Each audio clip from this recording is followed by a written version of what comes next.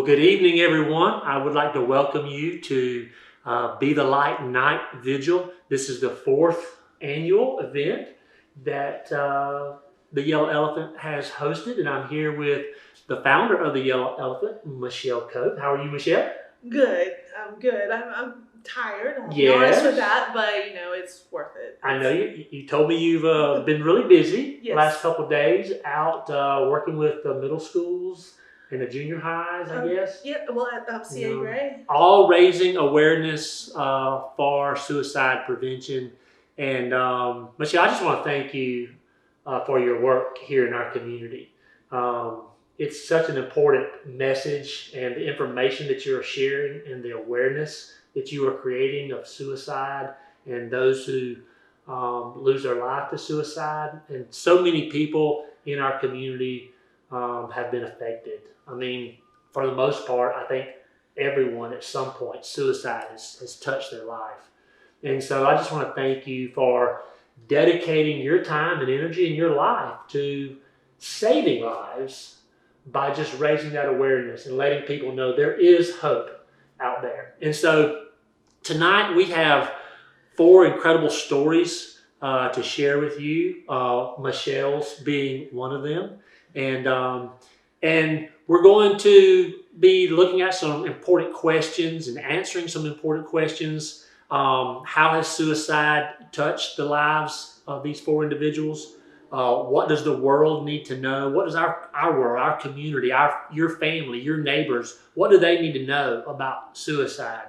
What are some of the misconceptions about suicide? And another word that I really kind of caught me off guard that we hear and we address is resilience. And I think that's a great word in this context. And I think the people I think our audience is going to be encouraged by listening to how our guests, our storytellers relate to that word. And also words for those who have lost loved ones and words for those who are struggling with suicidal thoughts. And lastly, prevention. What are some things that we can do to prevent suicide and decrease death by suicide? And so, what else would you like to share with our audience, Michelle, before we get started? Just that they're not alone, and that it is. Everybody has a story. Everybody has just a time that they feel that there's no hope. That's right. But there is, and we have all, if we're still breathing and talking, we've survived our hardest days so far. And so just continue, reach out for help if you're not okay. Sure. It's okay to be not okay, but people tend to leave out, it's okay to look for help. That is encouraging, whether it be a friend, whether it be a counselor, whether it be that you have to be on medication. There's so many different help resources out there. That's right. That it's okay to reach out, and there shouldn't be a shame in that. That's good. That's good. And the Yellow Elephant is one of many ministries that God has blessed Colquitt County with. They're here locally, although their reach is going way beyond Colquitt County. And but the Yellow Elephant is part of the Mission Moultrie network of ministries. You can check all of those out on missionmoultrie.com. And but it's just my privilege to be here with you tonight and be a part of this event. I'm confident that it's going to change lives, and it's going to save lives, and it's going to bring hope to people who are tempted to feel hopeless right now. As they all go through different seasons of life. And so let's start with a word of prayer. Yes. And then our first story, we're going to hear your story, Michelle, and how suicide has touched your life. And so let's pray. Okay. Father God, we just come to you right now, and we thank you that you have not left us here hopeless, but that you came, you sent your Son, Jesus Christ, from heaven to bring us hope. Jesus said that the enemy comes to steal and to kill and to destroy, but he came to give us abundant life, a life filled with hope. And Father, we've all been touched. We all know what it's like. We've all suffered loss. We've all had things stolen from us. We've had things destroyed. We've had things, we've all been touched by death itself in some way, shape, or form. But we don't have to let those things rob us of our hope, because we have hope in Jesus Christ, and He is the answer. He is the way, the truth, and the life. And so we just ask you right now to take these stories, to take these testimonies, Father, and just let them touch lives, change lives, and let them bring hope to the hopeless. We ask these things in Jesus' name. Amen. Okay, Michelle. Well, you're going to tell us your story. And I've had the privilege of hearing it already. And so, when I was listening to your story, I just felt like what I was hearing is that, there's really this spectrum of hope on one end and hopelessness, or hopeful on one end and hopelessness on the other end. And we all move back and forth on that spectrum day in and day out. We may be anywhere on that spectrum. And when we wake up today, where we begin at and where we end on that spectrum, we're not necessarily in control of that to a degree, as far as what circumstances may come along in our life. And all of a sudden, we're faced with situations that seem hopeless. And so it's your story gives me hope. Okay. And so let's get into it. Okay.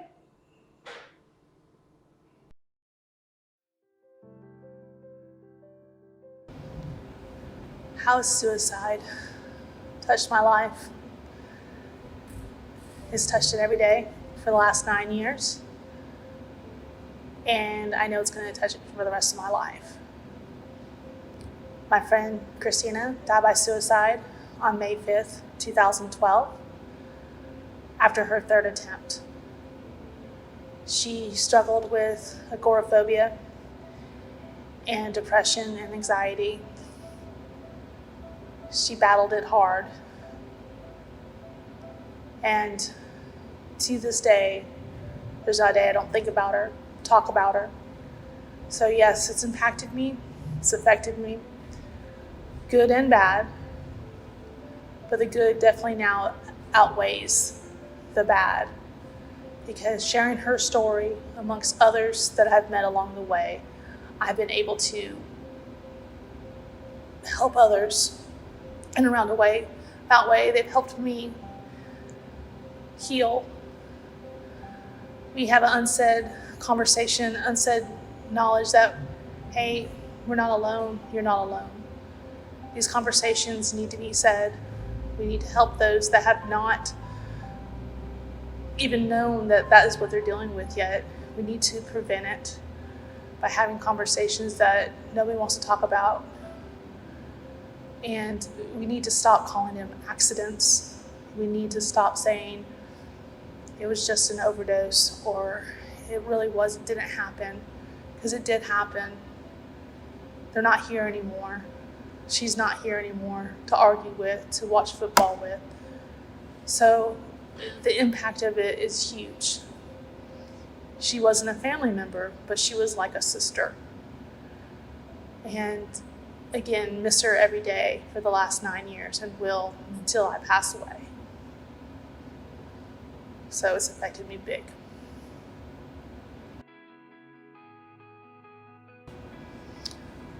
One thing I wish the world knew about suicide, as well as the same thing I wish I knew before my friend died by suicide. I wish I knew about the resources that were out there. I wish I knew about the crisis numbers. I wish I knew that the counselors, I wish I knew that it was okay to talk about it.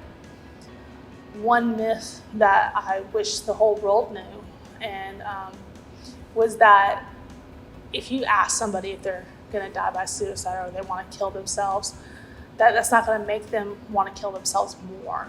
That's actually going to make them feel that you have an understanding and they're going to open up to you.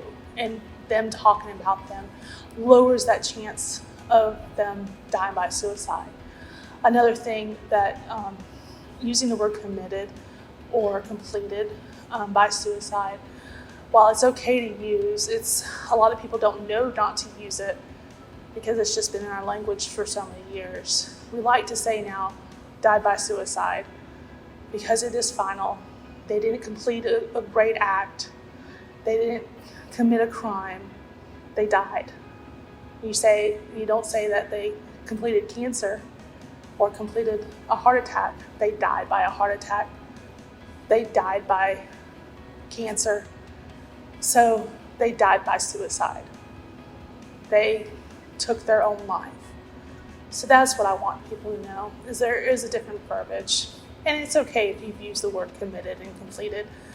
Even still to this day, a lot of people use completed. And it's okay if you use the words. I just wanted to share that.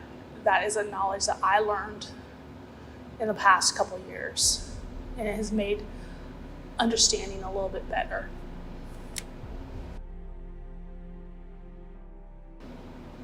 Again, one major misconception of suicide that I've observed is that talking about it causes that act to intensify. That it's gonna make it worse, or that bullying causes suicide is another thing. It doesn't. It's just it's one of those acts that it can help along, and like doing drugs can increase that chance of suicide if somebody's depressed, or drinking a lot, or it's just so many misconceptions, so many that that they show signs. There are signs, and some of them are very subtle. Sometimes people get a diagnosis that they have cancer, terminal cancer, and they go that like an hour or so later, they go and die by suicide. So there wasn't any signs, except for the big sign was that they got that terminal diagnosis. There's signs of them giving things away, acting different than the normal personality. Say they were more active, and all of a sudden they start withdraw, or opposite. Say they were a jokester, they withdraw, or they make more jokes. It's just there's so many signs are there, and we need to, and we can't find it. But the thing is, with that misconception also, is that we can't beat ourselves up when it happens, because yes, there's signs there. We just need to be more present, and just to look and just, hey, are you okay? Impress them. Are you okay? What do we need to do? Because they will give you that answer. And it's okay. I wish I could still argue with my friend Christina to this day. I wish I intervened, but I can't. And now I just got to move forward. I can't sit in what happened and what I could have done. Now I just got to be more proactive in helping others to know the signs, and to also know if it did happen that it's not their fault. So those are some misconceptions. It's just the verbiage, and just again, knowing that it's okay to talk about it. As a person that has struggled with suicidal ideations, resilience is the word that I have to use daily.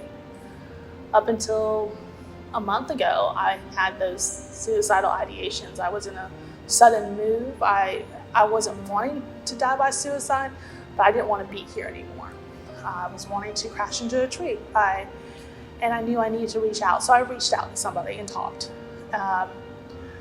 I know that other people that have had mental health crisis, like such as, Simone Biles.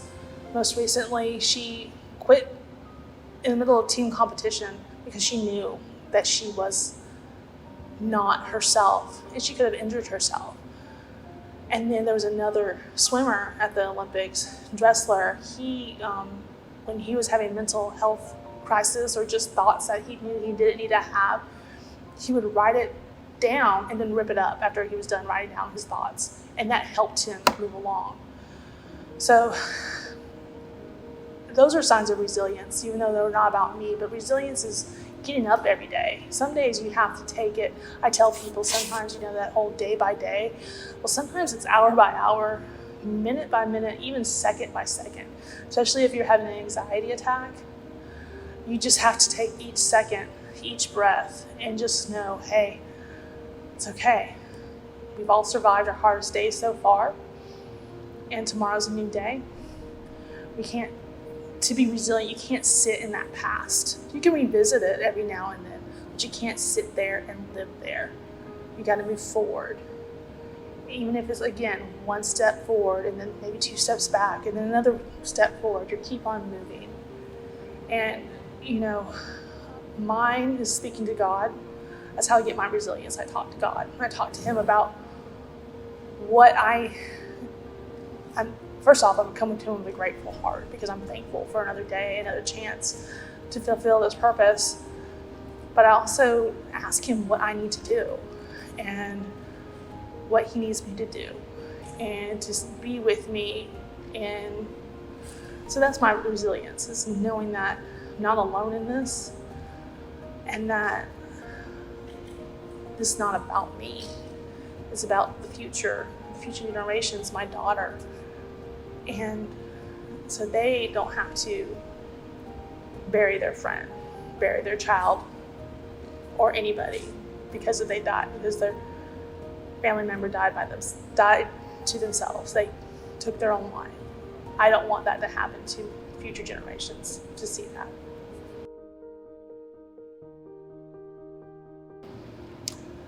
Do I have any words of encouragement to those that lost somebody to suicide? Yeah, you're not alone. No, it's cliche, but you're not alone. Again, you survived those battles that day.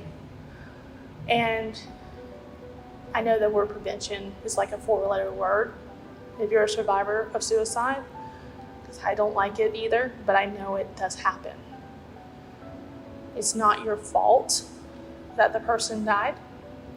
It's not your fault in any way. Your grieving right now does not have a timestamp on it. So it's okay to grieve. Again, don't sit there and hold on to everything, but move forward, revisit, have those memories. That's why you have them. But just know you're not alone. If you find yourself in a crisis, reach out, talk to somebody. Anybody, have those 3 people to talk to. Have 3 people to talk to. And if they don't answer, there's suicide prevention crisis lines, text lines, phone lines. Reach out to a pastor, reach out to a counselor, but reach out because somebody's going to listen to you. Do you have any advice or words of encouragement for those that have suicidal ideations? I do. Again, you're not alone. It's continuing on that process that you have to move forward step by step. Again, if you fall back, it is okay. The reason why there's semicolons on the elephant is because there's a pause in your life. Doesn't mean it's over, it's just a break in your story. So you just got to refigure things, and it's okay. There's 2 semicolons on the elephant because there's more than one pause. There's more than one hard time in your life. There's multiple times that life's going to be hard. And I'm not going to say it's going to get easier from here, because it may not. It's just how you handle it, how you are resilient from that. Just know, again, there is help. There's ways to write it out, talk it out, find your favorite song, reach out to people, because you're not alone. We may see somebody that doesn't seem to struggle, but they've had struggles in their past, or they just haven't received the struggles yet. We're all at different parts in our story. So it's not over yet. If you're still breathing, If you're watching this, you still have a mighty purpose, and it's unique to just you and only you. So just keep on going. And again, it's okay not to be okay, but it's also okay to get that help that you need.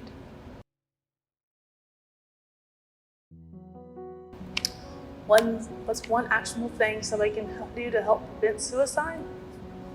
Talk about it. Check on your friends, check on your family members, share the suicide prevention numbers, tell people it's okay. Take out the verbiage, oh, you're just overreacting, oh, you just want attention.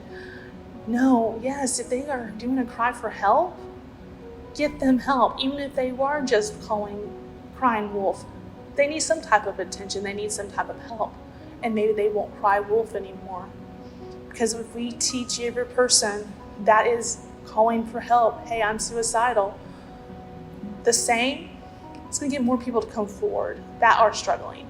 Because if they see somebody that says, oh, they're just crying wolf, and that person that is truly struggling sees that person doesn't even get help, even though they're crying wolf, they're not going to reach out, and then they're going to be a statistic.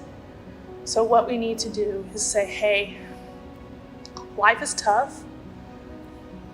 We got this. We'll help you get through it. And if you personally can't help somebody, help direct them, but go with them. Don't leave them. If they've come to you, but you physically feel like you can't help them, but all you can do is be there for them. Check on them. Maybe you can't counsel them, but maybe you can go to the counseling sessions with them, or even just take them to it. Be there, be present. That's what we need to be for people, is present. And that's how we can prevent it. Address that elephant in the room. Address that it's there. Don't call suicides accidents. Don't say, hey, she's just crying for attention. Yes, there's a reason why. It may, just like I said, be crying wolf, but listen and get the help they need. Wow, Michelle, that's quite a story. Thank you. It's you've been through a hard place, haven't you? Oh yeah. I mean, you live it. I mean, like I said, day in and day out, it's on your mind. It's fresh on your mind. I think that may be why you're so, enthusiastic about going and sharing, because you are filled with hope now. Right. And you've moved from a place of hopelessness. You recognize it, and but you daily determine that you're going to live a hopeful life. Yeah. And one thing that I found very encouraging, and just a really I think healthy understanding, is you talk about in the Yellow Elephant logo icon there, the use of semicolons in there. And man, I just, to me, that's a great visual for me, and just to realize, you know what, this is not a period. Right. This is a semicolon, and this is just a pause. I do need to take note of what has just happened, and it has been impactful. Right. But it doesn't define me. It doesn't have to define my life. And so that idea of semicolons and that pauses that you talked about, as we listen to Dustin Enfinger tell his story, he basically describes 3 seasons of hopelessness, from the time, early on in his childhood when he himself contemplated suicide, to later on losing his mom to suicide, and then even losing his father. The hopelessness, those seasons of hopelessness that he went in and out of, and how he was able to find hope and to cope with that. And so I'm confident that our audience is going to be blessed, and even equipped by Ryan's. By Dustin's story. I think that's how I felt when I got through listening to it. Is what he just shared equipped me for dealing with the situations that I find myself in, that I'm tempted to be feel hopeless in. Exactly. So let's listen to Dustin.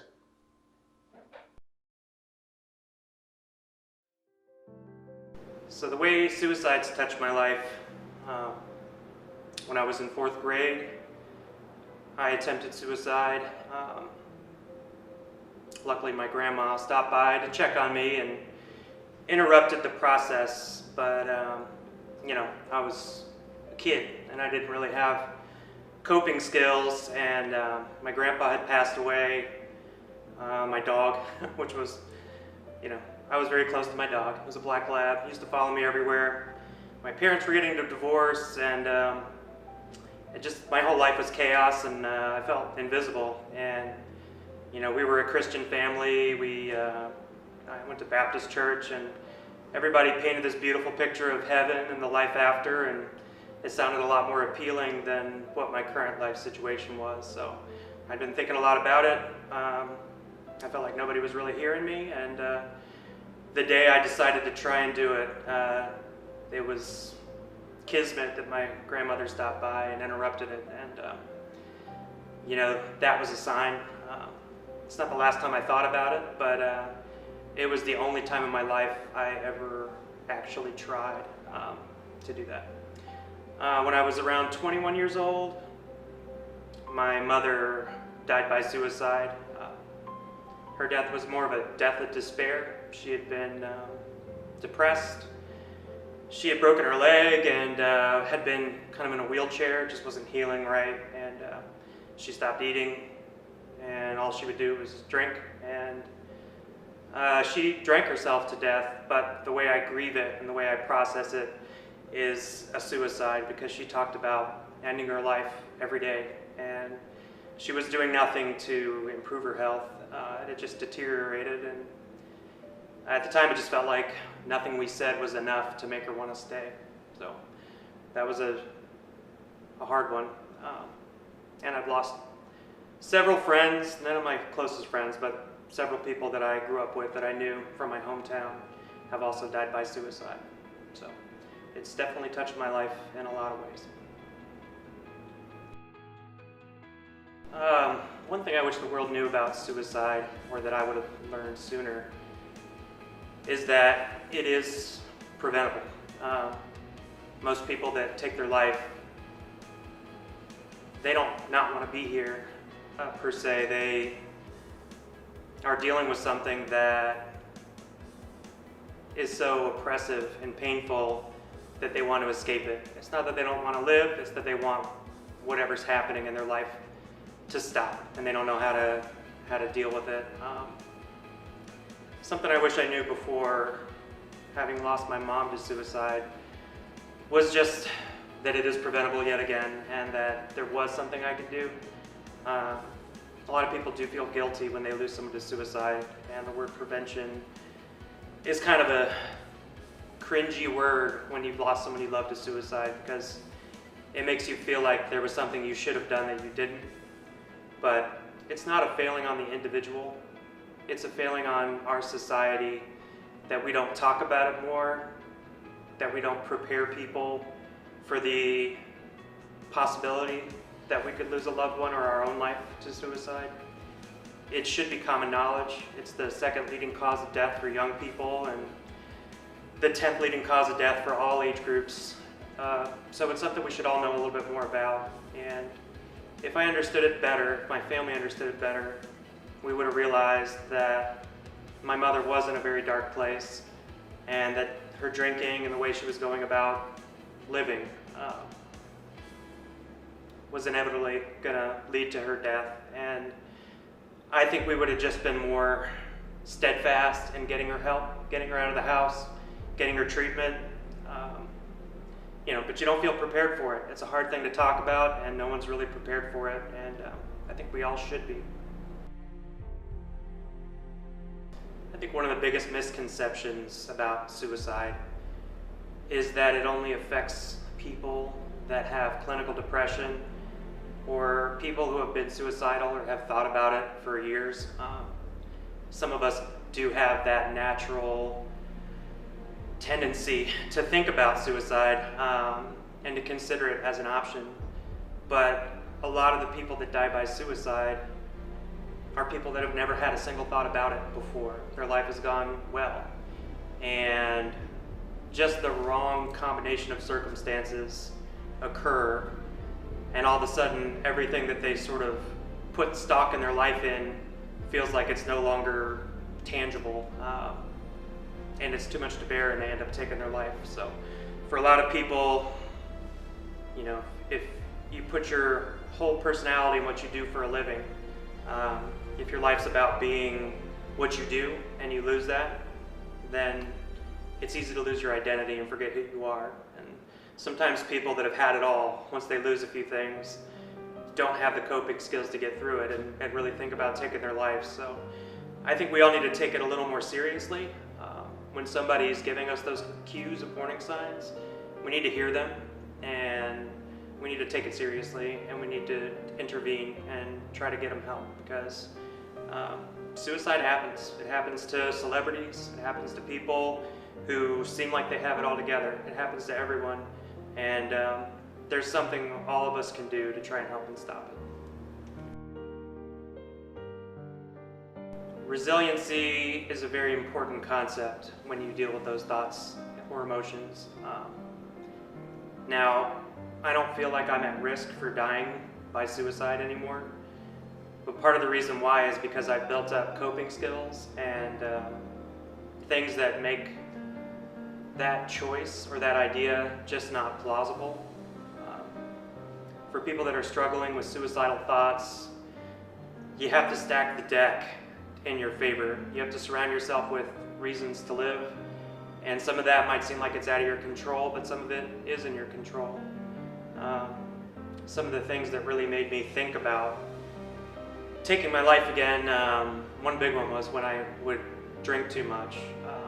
If I had 4 or 5 drinks, a lot of times I'd start having those suicidal thoughts again. So I quit drinking about 1.5 years ago, and I haven't had a suicidal thought, a real deep suicidal thought since. You know, I try to surround myself with friends that are positive. I try to pour myself into things that I enjoy and that I love. And it's kind of like doing the stock market. You want to diversify your portfolio. You want to be invested in a lot of little things. Because things come and go in your life, and if your whole existence is wrapped up in one thing, it's fragile, that's tenuous. So find things that you like doing that give your life purpose, find a lot of them, and put yourself into them. And when you find those trigger points or those things that really hurt you or bring you down or put you back in that dark place, do your best to minimize them, because life's going to throw you curveballs. There's going to be unexpected things that happen. There's going to be tragedies that weren't foreseen, and you want to be in the best possible place to deal with those. So resiliency is being an active, having agency in your own life to make it as positive and strong with the best foundation you can.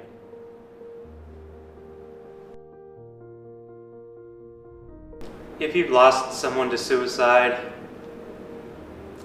there is a big hole in your life after that loss, and it's a strange grief. It's a hard grief. Not only is that person not there anymore, but there's a lot of guilt that surrounds losing somebody to suicide. But life does get better. Try not to blame yourself. You have to reinvent your normal. You have to find a new normal without that person. But you have to forgive yourself and know that it wasn't your fault that you lost that person, and talk about it.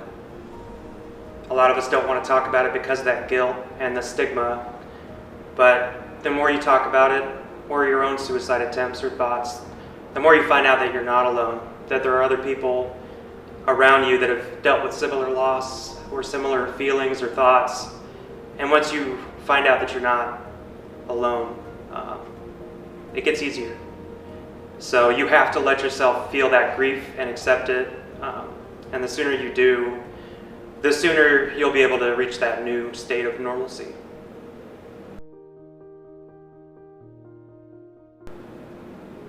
think the best thing I can share is that life is longer than it seems if you let it be. If you stay, everything that's really bringing you down and making you feel like that is the best option, those things will change. I remember feeling extremely hopeless when I was a kid, and then life got a lot better. And then after losing my mother to suicide, I also lost my dad 2 years later in a boating accident. And I was in a really dark place. I felt alone. I felt so much trauma and loss, and I didn't feel like life was worth living. But people rallied around me and helped me get through that. And it's like my life didn't even start for me until I reached my 30s. Now I have a beautiful wife. I have a beautiful daughter who's 5 years old. I like what I do for work. I ended up going back to school and graduating summa cum laude from the Florida State University, and I was a high school dropout. What my life looks like now is totally different than anything I could have perceived when I was in that dark place, when I was that broken 20-year-old. So if you can just stick it out and get around that corner, you can live a whole new life without all that pain. And it's just worth waiting, staying, and being strong, and putting in the effort to try and find happiness, because you will find it, but not if you don't stay. One actionable thing that you can do to help prevent suicide is realize that you have the power to make somebody's life better. It also, you have to be empathetic and increase your awareness.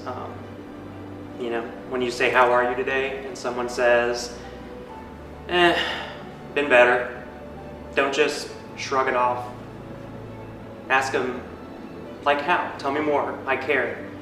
And give them an opportunity to just express where they're at. We tend to shy away from people's darker emotions. We get uncomfortable, but just hearing someone, listening, truly asking them how they are, that can make a world of difference. Just smiling at somebody and telling them, "You are valuable to me. Your friendship, your presence, your sense of humor is important to me." Letting someone know that they matter to you can save their life. And you don't even have to tell them that when they're in their darkest place. Those little words of encouragement that I've received throughout my life, those plant seeds.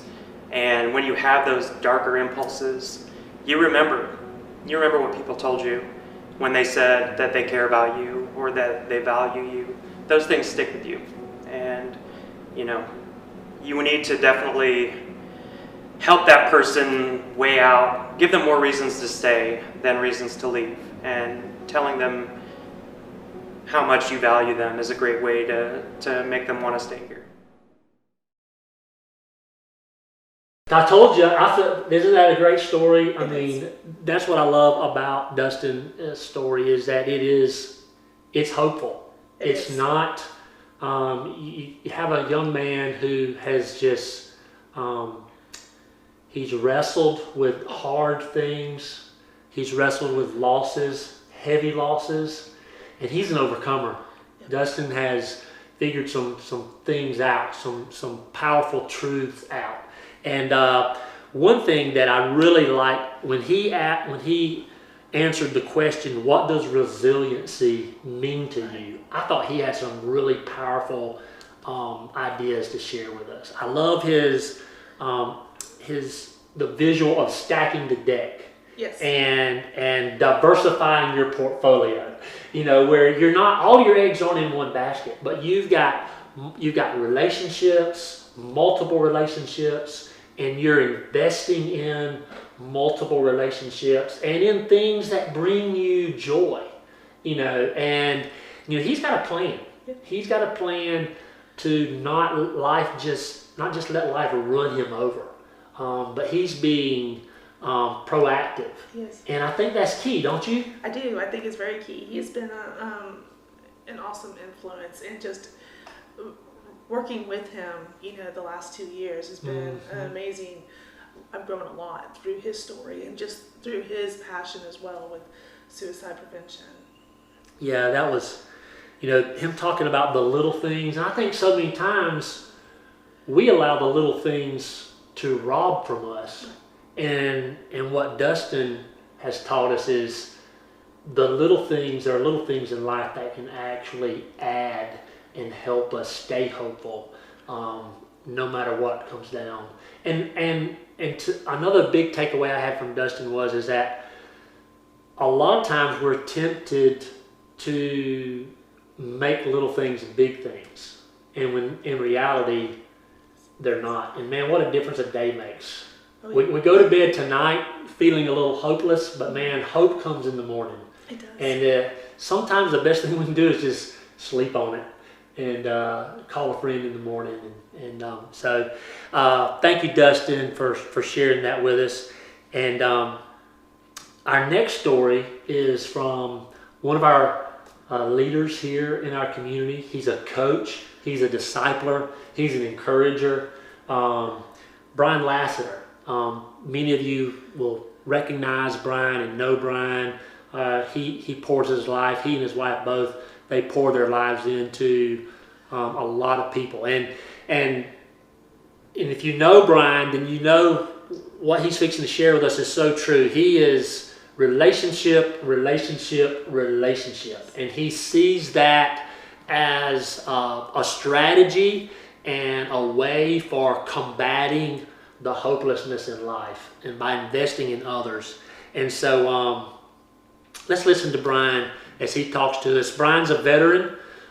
He served our country for 2 decades, I believe, in the military. And so he has seen horrific situations, plenty of reason for people to feel hopeless. Yep. Brian's seen it. Brian's seen hopelessness in people's lives. And God's used him to help encourage them and to bring hope, because Brian knows the Lord, and that's where his hope comes from, and he shares it with others. So let's listen to Brian's story.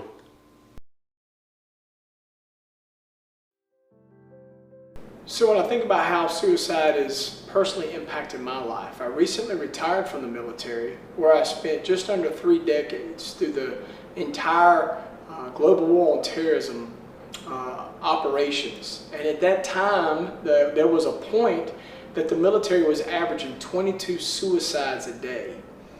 And most of the men and women that served really didn't have a good grasp of the cause and the underlying issues. And I got to watch firsthand as that temporary decision, or what someone might think is a temporary result, had a permanent impact on not only their family, but also the extended family, the soldiers that were in their units, the friends, all those that touched their life. I watched, and quite often it seemed like we had way more questions about the process, way more questions about what could we have done to be able to understand, to be able to help those that may be crying out, that may be looking for assistance that we might not have observed and be able to have seen in advance of what happened. So the one thing I would say that I wish the world knew about suicide, or that I had known sooner. You think that you can identify somebody and say, based on what's going on in that individual's life, I could see where it might lead to that kind of a decision. Unfortunately, we had one of our suicide prevention counselors that committed suicide. He was the happiest, one of the most well-mannered, likable people that you could have ever been around, that also, unfortunately, committed suicide. And it helped me when I was in a position of authority. It helped me and the other leaders to realize there's way more that affects an individual, especially from a mental perspective, than sometimes we understand. And the ability to draw in close, to really have good relationship with those that you're close to really understand where they are, means way more than just does somebody appear to be happy. And I wish I'd have known that and seen that. And now as I mature a little bit, I realize the impact that that has on just a multitude of organizations. So one of the major misconceptions about suicide, or I would even say the leading piece when you talk to somebody that has attempted suicide, unfortunately, the mental injuries that take place in my world at that time was the military. People often look at a mental injury or a mental disease differently than we do something that's broken. If you get in a car wreck and you break your arm, everybody completely understands the healing process that's associated with that broken arm as it mends. And they support you and they assist you. Unfortunately, in our society, somebody that says there's a mental disorder or there's a mental problem, it's almost viewed in a negative manner. And quite often, the individual that has those scenarios realizes it and won't come forward for shame or guilt or wonder what other people might think. And then a lot of times when you begin to do a little research on suicide, some of the indicators of people pulling back and pulling away and breaking ties with the people that they were close to, some of the things lend you to realize, okay, I see where this individual was struggling mentally. And instead of reaching out, instead of feeling like we were receptive, we were understanding, we were willing to assist them, they feel like anything but that. They feel like the world, the society, the culture today is looking at them for having something wrong mentally as it being their fault. And we don't look at it as that broken bone. We don't look at it as a process to help them heal. And then they start making what they feel is the only decision they can make. And then that temporary result ends up being a permanent thing for everyone else. As far as my words of encouragement to anyone that may have either lost somebody directly as a family member, a loved one, a friend, or really knew somebody close that unfortunately committed suicide, what I would say is this: realize the relationships that you build are so critical to your ability to be able to overcome that. The reality is that scenario, that decision, that action that took place will never go away. But as you move forward, just realize your ability to have relationships, to draw close, and to understand that there's no guilt or shame for anything that you did, or feel like quite often what I've experienced is when family members have somebody that commits suicide, their guilt is associated with what would everybody else think that I didn't do because my loved one committed suicide. What is it that I should have seen? What action should I have taken? Well, what I would say is this: there's nothing that you should feel guilty or shameful about. God loves you just as much today as He did yesterday, and He's going to love you the same tomorrow. So as far as something that I could give is an actionable thing for people to do today, hearing these words and thoughts reference to suicide, what I would say is think about all those people that you're in contact. Not just your family, not just your friends. What about your coworkers? What about your peers in a civic organization? What about people in the community? And to be able to understand that the relationship that you have, the encouragement that you give one another, quite often is what helps to keep them in a safe and steady environment. It helps them to realize that they are valued, that they are loved, and they consider themselves to be worthy of those kind of relationships. That's what I found, is when people feel love like that, then the negative connotation and the thoughts of making a permanent decision such as suicide, that's when we're able to alleviate those kind of decisions. Coach, Brian Lassiter, in true coach fashion, he just coached us through some hard situations, gave us some really good information. I love his answer to what is the one thing that you wish the world knew. And Brian says it's not always obvious. And again, going back to some of our conversation earlier about when we can meet people who seemingly are hopeful today, but we may not know really, and it takes us being intentional Yes, about finding out where people are. it does. How are you? Where are you? And if they don't give us that, I really feel like if they give us a hopeful answer, we don't need to just take that at face value. Right.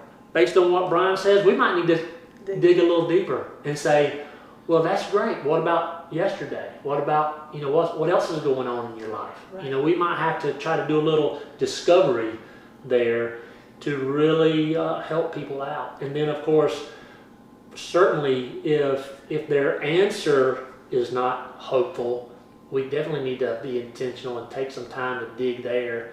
And what I like is that Brian brings out is you just can't take the face value. Sometimes you have to, and it reminds me of a proverb, Proverbs 20 verse 5, that says, the purposes of a man's heart are deep waters, but a man of understanding draws them out.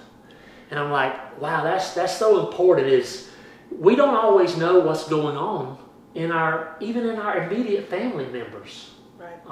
And that's what we're fixing to hear from Melissa. It was just a normal day, an ordinary day. Seemingly her son was having a good day and had lots to live for, lots of things going for him. And then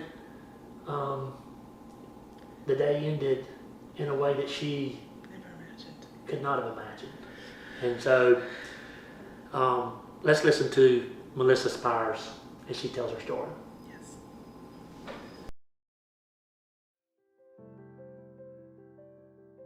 How suicide touched my life. August 7th of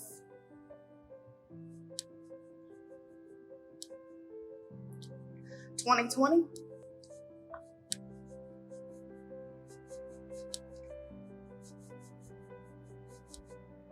I lost my 17-year-old son to suicide. That day,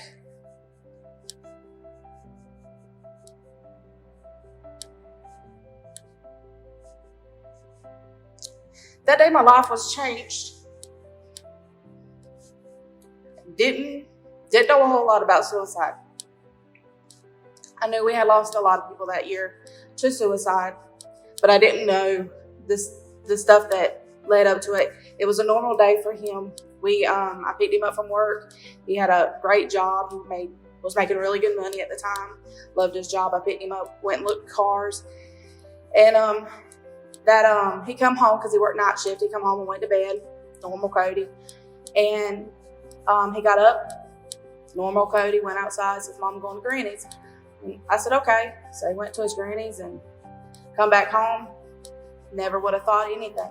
Looked at me, looked at his daddy, made a sound to his daddy, went and watched his brother play a game. Never knew what he was fixing to do. Was just the same Cody. He still had a smile on his face, still doing the same thing.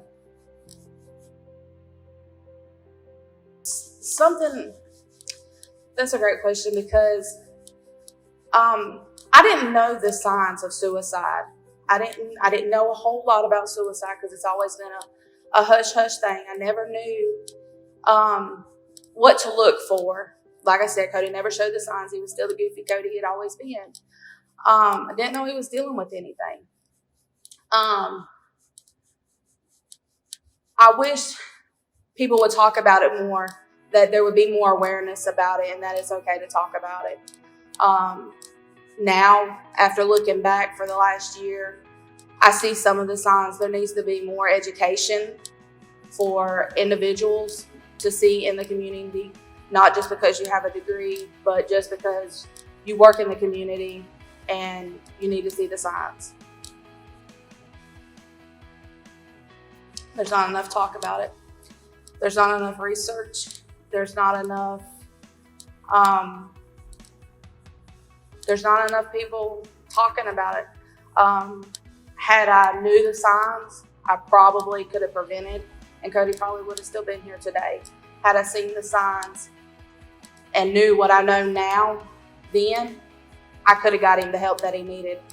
There's not enough. We need more. And I'm hoping as this year goes on, we get some things rolling for Colquitt County alone, that people will know there's research, there's hope and there's help out there for them.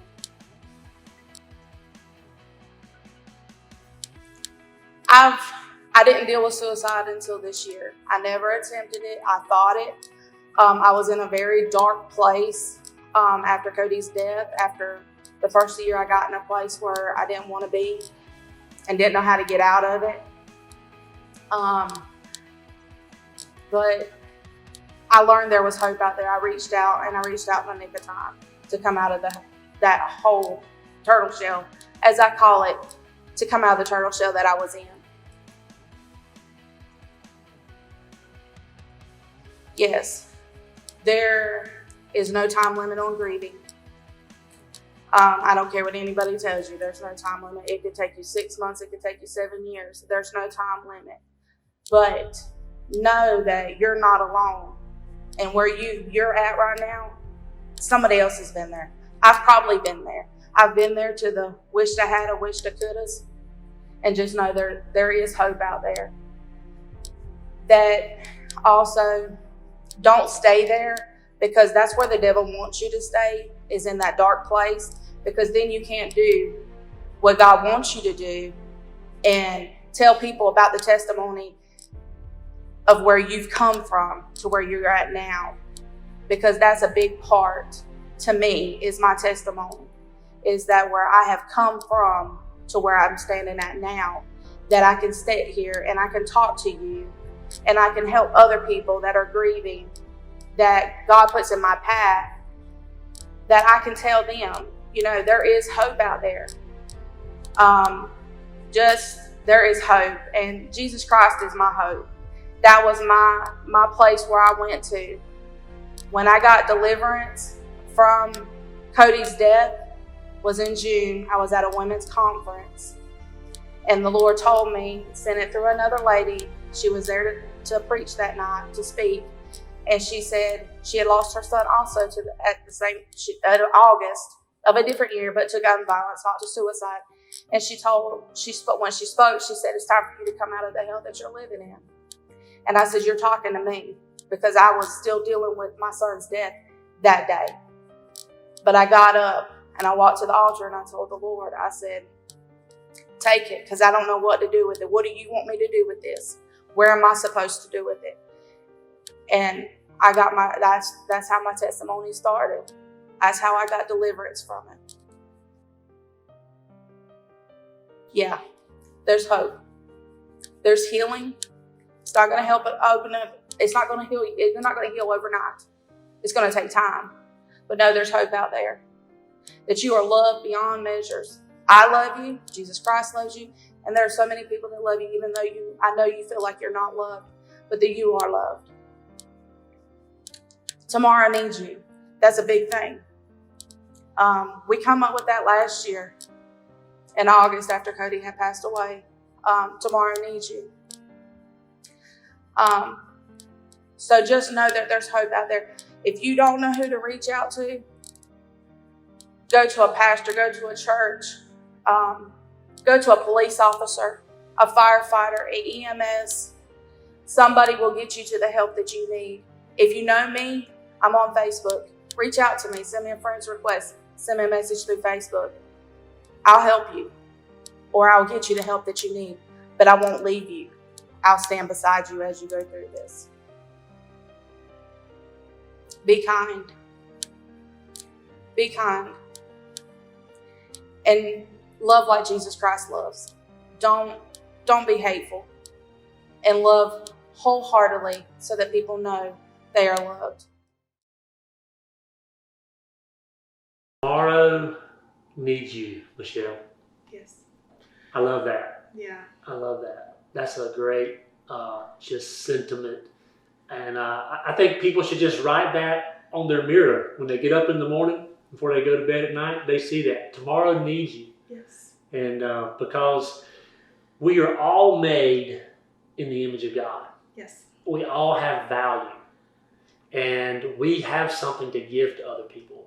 And I think that knowing that and believing that and understanding that gives us all purpose to live, And I think, that's where we all encounter hopelessness a lot, is like, what value am I to anyone? But I just want everybody to know, like Melissa said, tomorrow needs you. There is hope. This is not, wherever they're at today, there's a way out of that, isn't there? Yes. I love her testimony. I love it is. And this is a mother who this is fresh. This is not, and she is overcoming this. She's leaning into the love of God for her. She's leaning into the salvation she has in Christ Jesus, and the hope she has in Him. And that's the greatest hope we all have. And so I want to encourage our listeners to seek God. He's there for us. He promised us He would not leave us alone. He'll never leave us. He'll never forsake us. And we're going to find His presence in each other, in our family, in our neighbors. There's somebody out there, Michelle, that will show us the love of the Father. Don't you believe that? I believe that, and I feel that's why John 1:5 is the core of the yellow elephant. The light shines in the darkness, but the darkness hasn't overcome it. Because there's always that hope. There's always that little bit of light that will be shining through that darkness. I just got to tell this story real quick, and this is totally not planned, but a couple weeks ago, we had a community event by another great organization here, the Breathe organization, another one of our Mission Moultrie Ministry network members, partners, and Michelle was there with the Yellow Elephant. They had a booth set up, and Mission Moultrie was there. We had a booth set up, and just letting people know what the community has and resources that are available. And my wife and I actually had a friend come up to us and just was very transparent with us, told us she was struggling with suicidal thoughts. And we made the connection. We introduced her to Michelle because, hey, my wife and I, we don't have a lot of experience in dealing with that. But we knew Michelle was there. We knew that she did. And we were able to connect those, make that connection, make that introduction. And it saved our friend's life. And so I believe so much in the work God has called you to, Michelle. I'm thankful you are a light in our community. And thank you for putting on this event. I also want to give a shout out to Brainstorm Marketing for all of their hard work and just bringing their gifts to this to make this happen. And thank you, Chad Smith. Thank you, Jimmy Osborne. Thank you to the Brainstorm team. You guys rock. And so what a lot of us have been looking forward to is a scavenger hunt, And so tell us a little bit about that. Well, tomorrow starts the scavenger hunt on the square. And since y'all are tuning in, y'all are privy to the first clue. So like I said, it's on the square, starts on the square, and elephants like cookies. So Elephants love cookies. Yes, they love cookies. So you can just get you a cookie and you'll be close to where that elephant is for that first clue, for the second clue. So that's interesting. All right, so now we have a special treat for our audience and for those of you who have tuned in. Thank you for tuning in tonight. Again, I hope you've been encouraged. I hope you've been inspired and filled with hope. And I hope you've also been equipped to help maybe loved ones and friends and family that you know. I hope you've been equipped to bring hope to them as well. And now we're going to hear from Miss Hannah's School of Music, candlelight vigil, and as they sing Amazing Grace. And I know this is going to bless your heart.